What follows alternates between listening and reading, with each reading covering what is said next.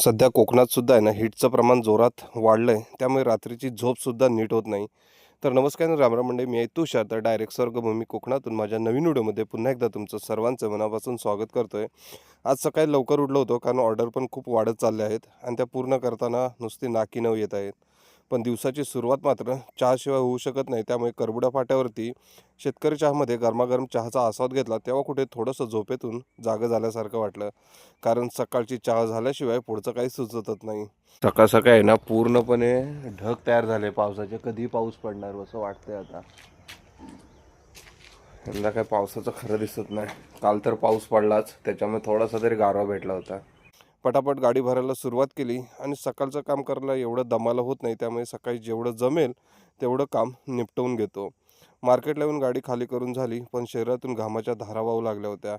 घरी आलो, फ्रेश वगैरे थोडंसं झालो, भाकरीचा नाश्ता केला आणि पुन्हा निघालो. तर दुर्वा आणि विधी डबा सोडायला गाडीपर्यंत निघाले होते. इकडे आईचं काजू सोलण्याबरोबर पानाला चुना लावण्याचं काम चालू होतं. पुन्हा गोडाऊनला येऊन सर्व माल लोड केला आणि निघालो मार्केटला. आणि आज एवढं गरम होतं आहे ना, राहवतच नाही आहे. बहुतेक आज पाऊस पडणार अशी चिन्ह दिसत होती. कारण एवढ्या हीटमधून दिवसभर काम करून शरीरामध्ये ताकदच राहत नाही. त्यामुळे जर का पाऊस पडला तर तेवढीच मनाला आणि शरीराला शांतता मिळते. आणि म्हटल्याप्रमाणे संध्याकाळी पावसाला सुरुवात झाली होती. मातीला छान असा सुगंध सुटला होता. सर्व लाईट गायब झाली होती. पण जो गारवा सुटला होता ना, तो एकदम भारी वाटत होता.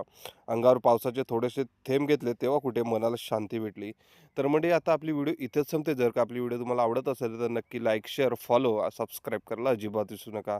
आता भेटूया उद्याच्या नवीन व्हिडिओमध्ये. तोपर्यंत टाटा आणि बाय बाय.